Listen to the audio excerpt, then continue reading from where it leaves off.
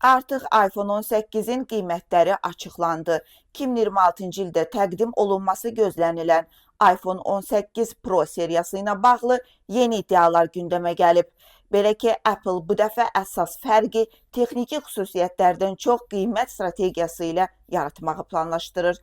İddialara əsasən şirkət artan istehsal xərclərinə baxmayaraq, qiymətləri sabit saxlamaq niyyətindədir. Belə ki, iPhone 18 Pro modelinin $1049, yəni 1700 manat, Pro Max versiyasının isə $1199, yəni 2038 manat civarında satışa çıxacağı gözlənilir. Bu addım rəqiblərin qiymət artımına getdiyi bir dövrdə Apple-ə üstünlük qazandıra bilər. Lakin bu strategiyanın müəyyən kompromisləri olacaq. Bildirilir ki, şirkət xərcləri balanslaşdırmaq üçün rəng seçimlərini azaldacaq. Yeni modellərin yalnız 3 rəngdə tünd boz, tünd qırmızı və gümüşü ağ variantlarda təqdim olunacağı ehtimal olunur. Texniki tərəfdən isə seriyanın daha yeniliklərlə gələcəyi gözlənilir.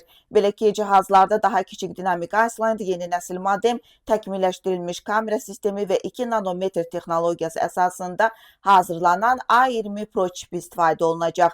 Ümumilikdə qiymətin sabit qalması ilə yanaşı, təqdim ediləcək yeniliklər iPhone 18 Pro seriyasını bazarda daha cəlbedici edə bilər.